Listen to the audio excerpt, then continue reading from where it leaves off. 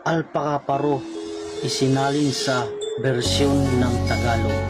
Kapital A, ang aming kapatiran.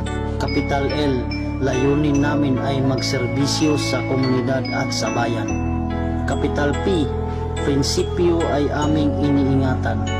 Kapital H, huwaran at pagiging tapat sa kapatiran. Kapital A, ang aming kapatiran.